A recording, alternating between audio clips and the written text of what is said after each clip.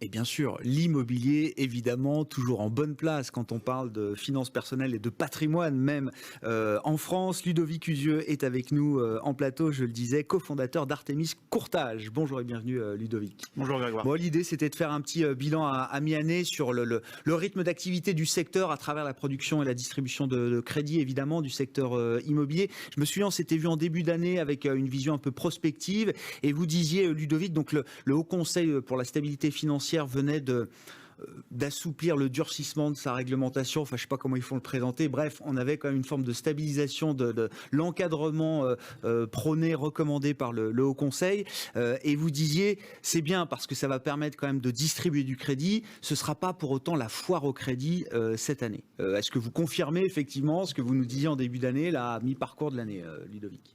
C'est un début d'année qui est dynamique quand même, hein. On s'aperçoit qu'on a retrouvé un rythme qui est quasi comparable avec 2019. Sur une année glissante, c'est même un record de nombre de transactions selon les chiffres des notaires, 1 130 000 transactions sur une année glissante de mai 2020 à mai 2021. Alors il y a évidemment un effet de report, un effet bouchon de champagne, puisque le marché s'était complètement arrêté en mars, avril, mai 2020.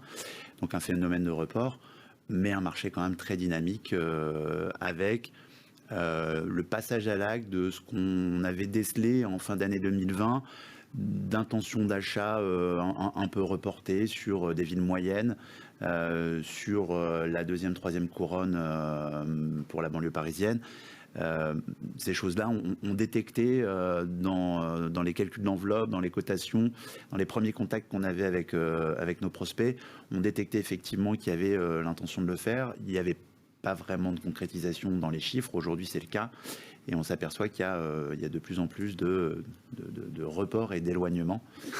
Mais dans des zones... Des métropoles. Ouais, c'est ça. Oui, des métropoles, vers des villes attractives, de plus petite taille, qui sont à distance raisonnable de Paris, de Lyon, de Marseille, et qui profitent un petit peu de cet effet télétravail, de cet effet déconfinement, de cette volonté de se mettre un peu au vert, d'avoir un jardin, une terrasse, un balcon. On le voit concrètement aujourd'hui, même dans l'augmentation du financement du nombre de maisons. Quand on tire nos indicateurs d'activité, c'est en hausse. Dans notre réseau Artémis Courtage, c'est en hausse de quasiment 30% de financement de maisons par rapport à ce qui restait très majoritaire, c'est-à-dire de financer des appartements. Et ben justement, dans le réseau Artémis, là, c'est quoi les points un peu chauds, les hotspots, là où il y a un surcroît d'activité lié justement à ces questions de mobilité, Ludovic? Pas mal de dynamisme et d'attractivité sur l'arc atlantique, donc région Bretagne, Nouvelle-Aquitaine, où ça marche vraiment fort. C'est-à-dire qu'on a dans tout le réseau quasiment retrouvé un volume comparable à 2019, qui avait été une année très solide, et même très très bonne. On a retrouvé quasiment des indicateurs comparables. Mais on est en hausse sur quelques régions, dont la Bretagne et la Nouvelle-Aquitaine. Ça marche, je vous dis, ça marche assez fort sur ces régions-là, parce que Rennes est à 1h30, parce que TGV Bordeaux, etc., etc. Et pour toutes ces raisons, on est même en forte hausse par rapport à 2019 sur ces régions. Est-ce que, je sais pas, enfin c'est la réponse est peut-être impossible, hein. Est-ce que vous arrivez à savoir si le réservoir des gens qui veulent quitter les métropoles, s'éloigner des métropoles, est-ce que ce réservoir est déjà bien consommé, voire épuisé, ou est-ce qu'il y a un mouvement, je sais pas, un flux durable d'exode là qui se met en place, Ludovic? Effectivement, c'est une question un peu difficile à répondre. C'est un phénomène quand même assez récent, donc on peut imaginer qu'on est plutôt au début du phénomène, si on peut parler de phénomène. En tout cas, on s'aperçoit effectivement qu'il y a pas mal de villes moyennes qui sont en augmentation assez nette, prix au mètre carré, des villes qui sont à 1 heure de Paris et qui finalement ne sont pas plus éloignées qu'un mauvais trajet en RER. Donc des villes comme Tours, Amiens, Reims, Rouen sont vraiment sur le haut du pavé aujourd'hui, et les prix grimpent à une vitesse qui est quand même qui est inhabituelle pour ce type de... C'est en général des villes d'investissement locatif où les rendements sont plutôt bons, mais les perspectives de plus-value quasi inexistantes. Aujourd'hui, on est un peu dans cette période où on peut à la fois louer à bon rendement et imaginer faire une plus-value sur ce type d'investissement. Sur la production de crédit, alors on le disait, les recommandations du Haut Conseil pour la stabilité financière donc, deviennent cet été une norme juridiquement contraignante, c'est ça Ludovic, je parle Oui, sous c'est votre contrôle. Est-ce que ça change quelque chose ?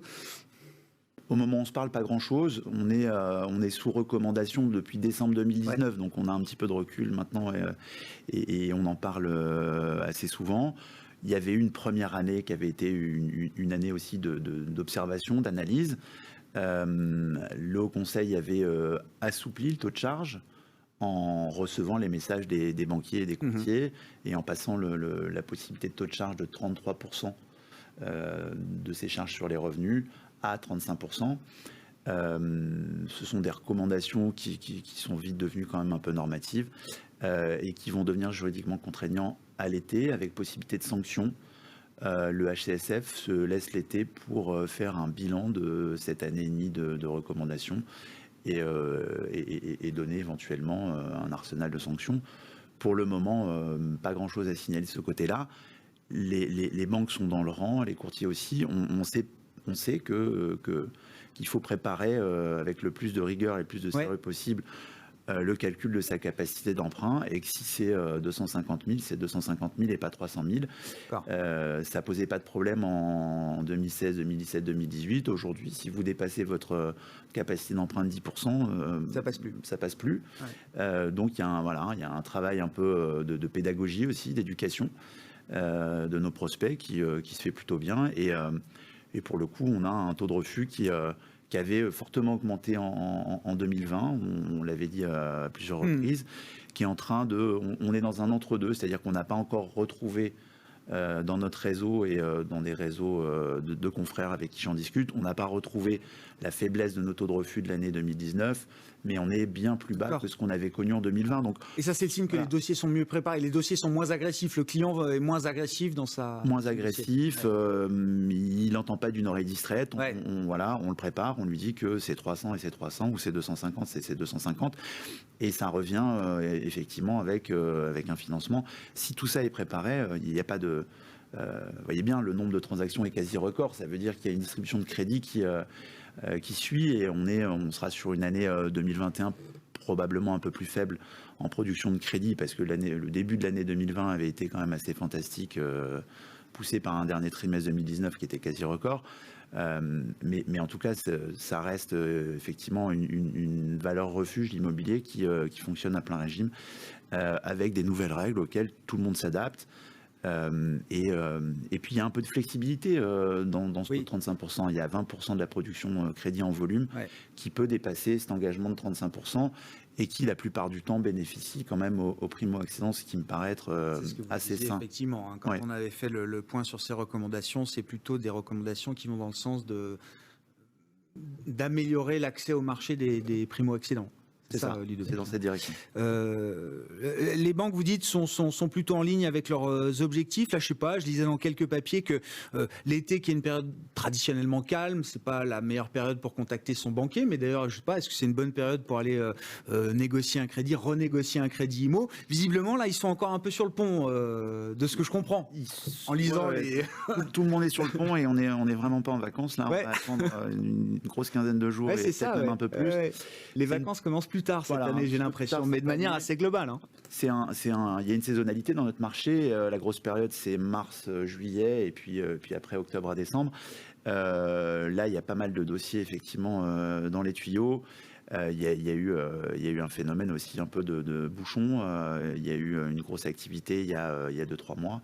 Et ça se ressent maintenant avec quelques longueurs et quelques lenteurs dans les back-office, des délais d'analyse qui sont un peu plus longs. Donc il y a un stock de dossiers sur les bureaux et dans les ordinateurs de nos partenaires bancaires qui ne se dément pas et qui ne se tarit pas pour le moment. Mais on arrive à gérer en dépassant ou en arrondissant un petit peu les délais de conditions suspensives ou en prolongeant les promesses de vente, on arrive à s'en sortir sans trop transpirer. C'est plutôt des bons problèmes. Ah bah non, mais c'est sûr, oui. Mais à partir au mois d'août, c'est effectivement en général un peu plus calme et on a affaire à des investisseurs ou à des clients ou des prospects qui sont particulièrement motivés.